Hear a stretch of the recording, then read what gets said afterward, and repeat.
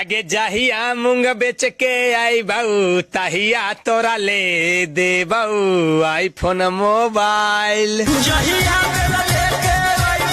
अरे ये तो हम करे जवा कॉल कर रहे हैं।